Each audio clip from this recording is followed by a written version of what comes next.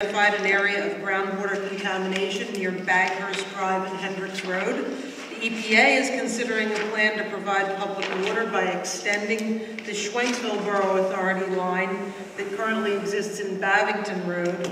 And that extension would cross the Perkiomen Creek, possibly extending along the Perkiomen Trail towards Hendricks Road. But this is still only conceptual. This is not Lower Frederick, this is the EPA. It just might impinge on the township boundaries.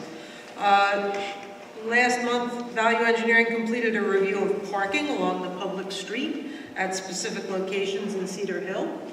The review recommended elimination of parking on the west side of Goshen Road, extending 125 feet from the intersection with Zieglerville Road. It also recommended installation of signs 30 feet from the stop signs at Berger and Goshen, and at Goshen and Zieglerville, advising no parking here to corner. That's in accordance with the state vehicle code. You shouldn't park within 30 feet of a stop sign. The report also considered the feasibility of parking along Zieglerville Road and provides that as an option for the Board of Supervisors to consider. The township received requests to install bus stop ahead signs in certain locations in Springmount. Those signs are appropriate when the bus picks up or discharges in a location where approaching vehicles cannot see the bus in time to stop. Each of the locations raised had ample sight distance, so the sign installation is not recommended. However, we did recommend the township contact those residents who made the request to further understand the concern that generated those requests. On Church Road, the Schwenksville Borough Authority contractor that was installing the new water line has been removed from the project. We understand contractor Pinchani Construction is now on the job. At Arcadia, the construction continues with installation of water, sewer, and storm lines under the new roads when it's not raining. If temperatures are mild in coming weeks, Schlauch hopes to apply the base course of pavement to stabilize those new roads. Those are all the items on this evening's report, but I'm happy to address any questions on these or other engineering matters. I have a question, but it probably isn't for you. On the bus stop ahead signs where it says, we suggest the township contact each of the residents who made the request to understand what concern generated these requests. Is there a mechanism to do that, or is that, do you know who that involves? Do we have a mechanism to move forward with that? To contact the residents? Yeah, it says, we suggest the township contact each of the residents who made the request to understand what concern generated these requests. I think Tom has a list. Not this Tom Manning. Who's going to do it? I mean, we can both do it and contact the owners, and I'm sure Bob, we can get with Bob if there is anybody. Okay, because I'd like to propose that we revisit this either at our work session or our next regular session, just to close the loop on it. I believe the one was Cells just across the street here, and the other was received by email about Marion and Macaulay, there was a Macaulay. Yeah, Marla, just to answer that question for you, and I also asked Kevin about this earlier. My neighbor at 112 Zieglerville sent a notice in. He also spoke to Ted Locker when Ted was here. He's on the curb. When you're coming up, you know where the guy ran into the tree with the motorcycle? That Grimley's property. So if you're coming from Springmount heading towards 29, and you come around that bend, his driveway is the next driveway, 112. So it's a blind corner, and Kevin wasn't sure if Carol looked at that. So I know that's the one. The other two that live on Main Street that were concerned at Main and Crystal and Main and Boulder, I sent them a private message on Facebook the other day. I was expecting them to be here at the Township building tonight. They're not here, so I'll try to reach back out to those two. If people would email these concerns specifically to the manager, I can't just out of thin air say, gee, I think there's a problem here. Well, 112 was emailed to Kevin. Yeah, I had the 112. I mean, if things are emailed to Kevin and, Sure. and then the board and he direct me to take a look at that, I can do that. Absolutely. Carol's report reminded me of something. I just wanted to tell you that on December the 4th, there are 2 ordinances being advertised to be considered by you on that date. One is for the EAC, the Environmental Advisory Council, the creation of it, and the other is for parking restrictions on Goshen Road. which you authorized at the last Board of Supervisors meeting to put into an ordinance form. Both of those will be considered by you on the 4th. So we don't need to go through this process? No. Okay.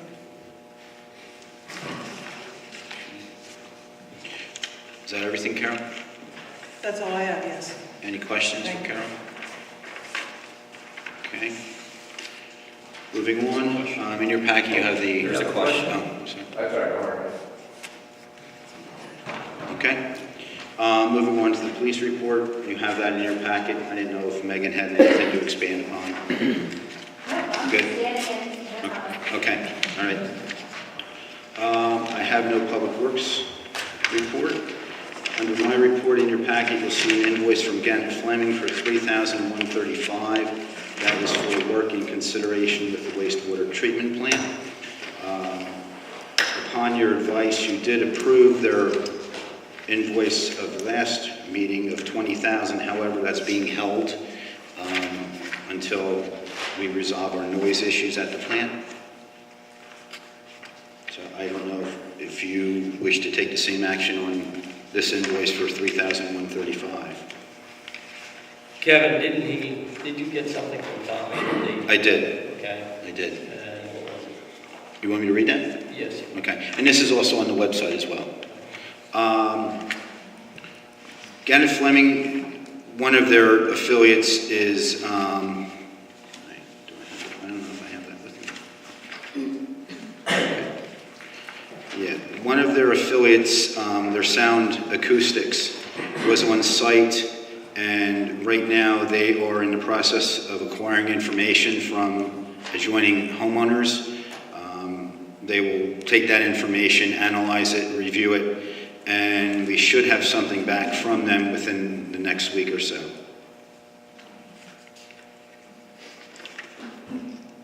So it's another week you're saying? Correct. Anticipate the outline and proposal to be delivered to the township within next week. They didn't say what it was or what they were No. going to...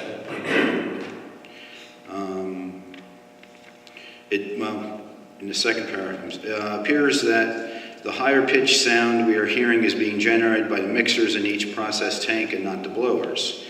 We have contacted the mixer manufacturer to determine if this has been an issue, and if there are any corrective actions to be taken. The response was that they have not received a complaint from any other applications, and that they do not have any covers or any other type of sound suppressing enclosures. The mixer motors must remain exposed to the outside air in order to provide cooling. The mixers float on the surface, and a cover enclosure or any other type of barrier placed on the mixer will affect its buoyancy and balance and render it inoperative. So they think it's the mixers, but they don't know for sure. So I guess my question is, if this is something that can't be masked and is essential, why is it so noisy? Well, Don't know. the problem is that they're saying it could be the mixers now, but I'm not sure. they're not sure. So they want to bring a sound person in or sound people to check it out. And they had asked, didn't they ask to go on the property? Let's see. Barb's? They're supposed to be collecting information from adjoining property owners, so I guess that means they would be going onto the property. So it's either we send them this money that they want, or we hold it. They're asking for what? How much? $3,135.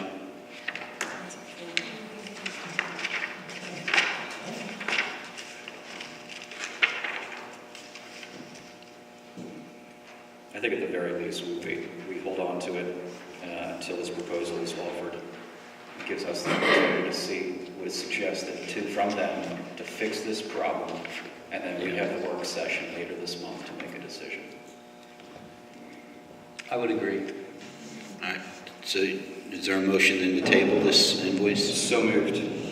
Sorry, so the motion is to Table. To table. I don't need a motion. Do we need a motion? To Yes. just table it? Yes. So moved. I think that would be good to have a motion. Okay. Can I have a second? I'll second it. Any questions? All those in favor say aye. Aye. Okay, thank you. I guess Ernie is here from the Planning Commission if you wanted to make any comments. I apologize, I didn't bring my copy of the minutes, but basically we had a presentation from the senior staff of the Montgomery County Planning Commission. First name was Eric, I can't remember his last name. Gerald. He gave a very in-depth review on the comprehensive plan and how we set up to do that, and it was quite enlightening. We basically followed that format after he spoke and worked on various ideas that we had to set up our committees for that.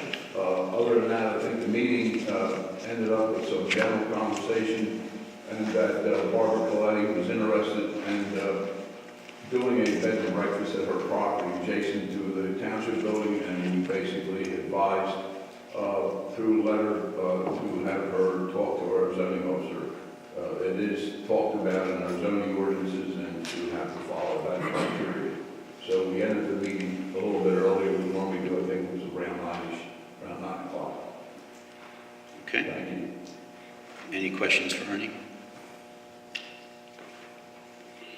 Okay, moving on to Parks and Rec. Warren, I see Warren's here and Pam's here. Have any comments? Our chairman's here, I guess it would be appropriate for her to give the report. I have one. I didn't see Donnelly come in. You want to do it?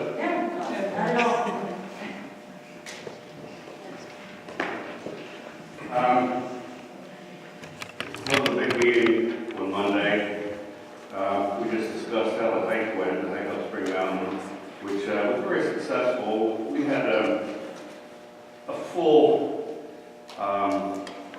we maxed out our sign-up sheets with 20, but we didn't have that many people show up. We had several no-shows, but it seemed like everybody had a good time. Pam gave updates of all the things that they're doing for planning for our joint centennial celebration next year with Frederick, and very interesting presentation.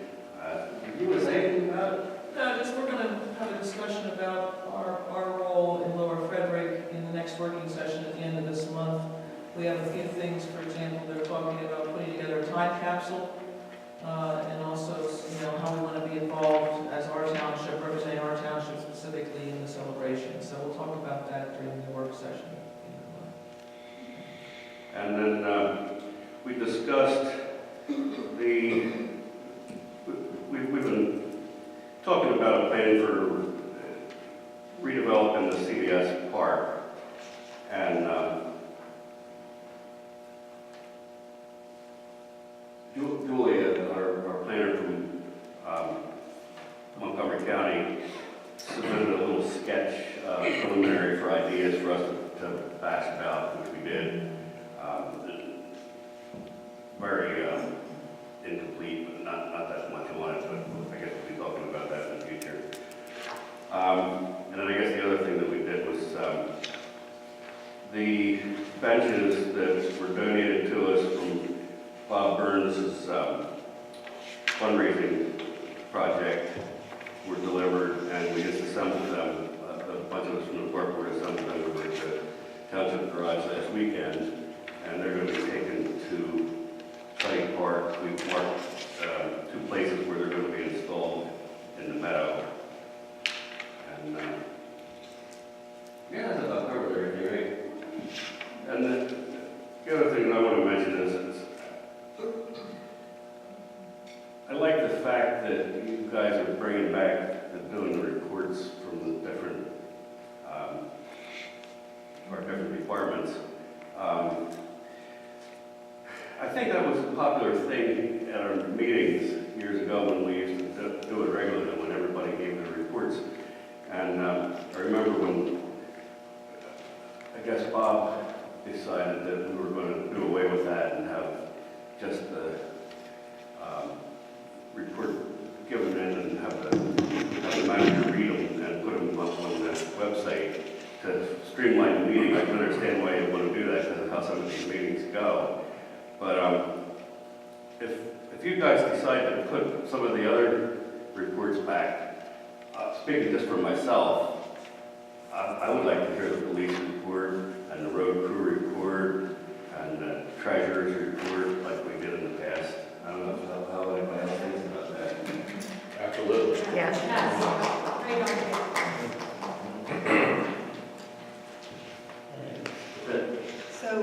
So in that vein, I think we just recently had an ASA meeting. Could we have a report on the ASA meeting? Sure, yep, we had our second ASA meeting. We decided to have these quarterly. At this meeting, we talked about the county's putting together the map of the ASA parcels, and then we're also going to talk about identifying some strategic parcels that we would like to contact regarding joining the ASA. We're also putting together some information for the website that someone can post with a link to the map and the application process. Next meeting is scheduled for February.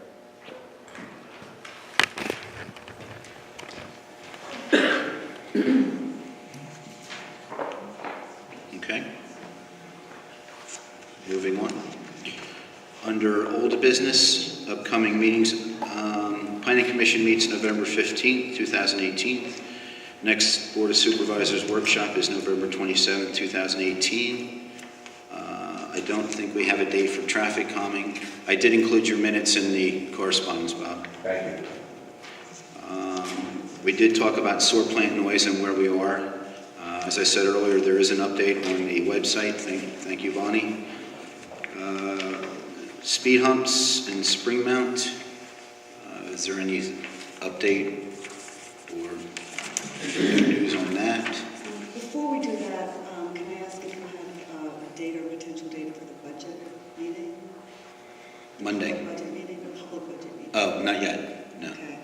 So this year we're going to do a little different. We're going to have a dedicated meeting to talk about the budget, so that's the only thing on the agenda. It'll be, I think that's a good idea.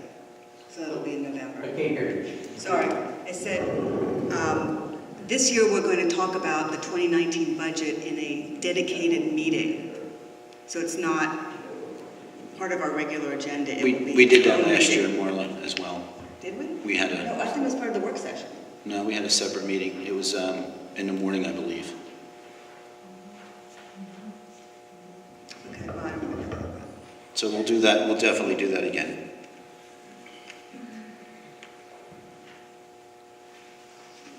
Anything on speed humps? We discussed at our work session last week that we would move forward with some decision this evening, and I think it's important that we stay true to what we had said. I guess my first question, because we do have Lou in attendance on behalf of the Homeowners Association, did the Homeowners Association take an official position on the speed hump proposal? The homeowners association? Correct. The homeowners association would go with the majority of the people who are voted yea or nay. So there was more yeas than were for it. Okay. Thank you. Okay. Anything further to add? Yeah.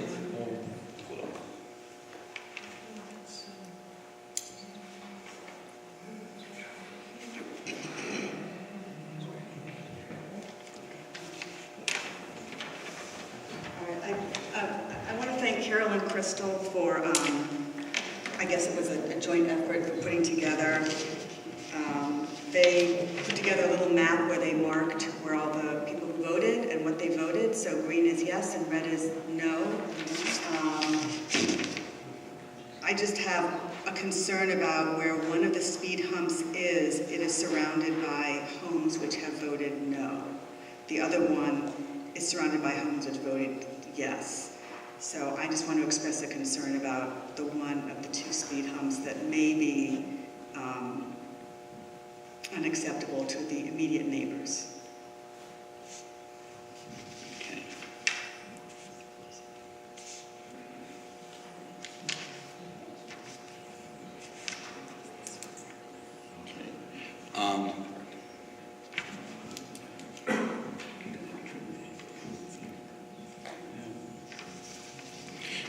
Did the board wish to take any action tonight, or I think we should take action regardless. We said that we were going to take action. We were going to take action this evening. Marla had just showed me where Carol had marked down the two locations of the speed humps.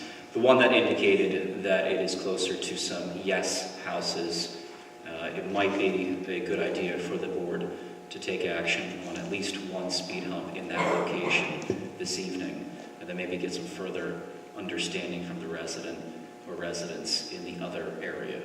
But I'm open to other thoughts. Can I ask Carol, I mean, in terms of putting the speed humps in, is it literally twice as much work to put in two, or is there some efficiency to put them both in at the same time? Well, there's some efficiency to put them both in at the same time because you're mobilizing the contractor each time if you do them separately. How much of a difference would it be? Well, usually contractors work in half days or full days. So I actually might speak to former excavating contractor, Mr. Sachs, in terms of additional costs for that. I could see you could easily have a 40% increase in cost by doing it separately. You gotta figure, if it's gonna cost you $3,000 to do one, and you gotta leave and come back, it's gonna cost you $3,000 to do another. Now, if you do the two for $4,500, you see what I'm saying, or $4,000, it's cheaper to come in and do them at one time, two of them at one time, than it is to come back and forth. You gotta haul equipment in, haul equipment out. It's the way it is.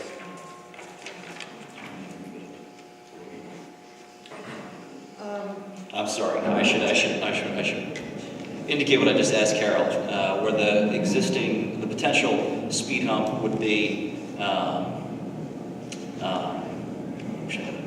That's okay. The locations of the speed hump were on the surveys that were sent out to residents, so anyone intimately involved in this issue is generally familiar. So as far as, right now we're talking about the speed hump that's on the eastern side. So in other words, if you came out of the Township driveway right now and you turned right and then left onto Village Drive, we're talking about that leg of Village Drive. So that speed hump location, there were restrictions in the traffic calming manual about the vertical geometry and the horizontal geometry of the road, and also maximizing distances from intersections. There's a minimum required distance from an intersection. So this one theoretically could be moved in this direction. In this direction, the hill was too steep. So if we went northerly, the slope was steep, and that wasn't advisable by the traffic calming manual. So we can go southerly more easily than northerly with that one. And I think the same thing on the other side. So could it be moved closer to this road? Yes, Would it that could come, if you orient the map this way, it could come Yeah, she's coming down to here. Down to here. What do you think if you moved it closer to these houses where they want it? Or they really wanted it up here somewhere. She's saying you gotta be 150 feet back from the stop sign. So that means we'd have to be 150 feet back this way. Carol said maybe closer to these houses. I'd have to review the traffic calming limitations on exactly where that could go. Carol, you were saying 150 feet from the stop sign, am I correct?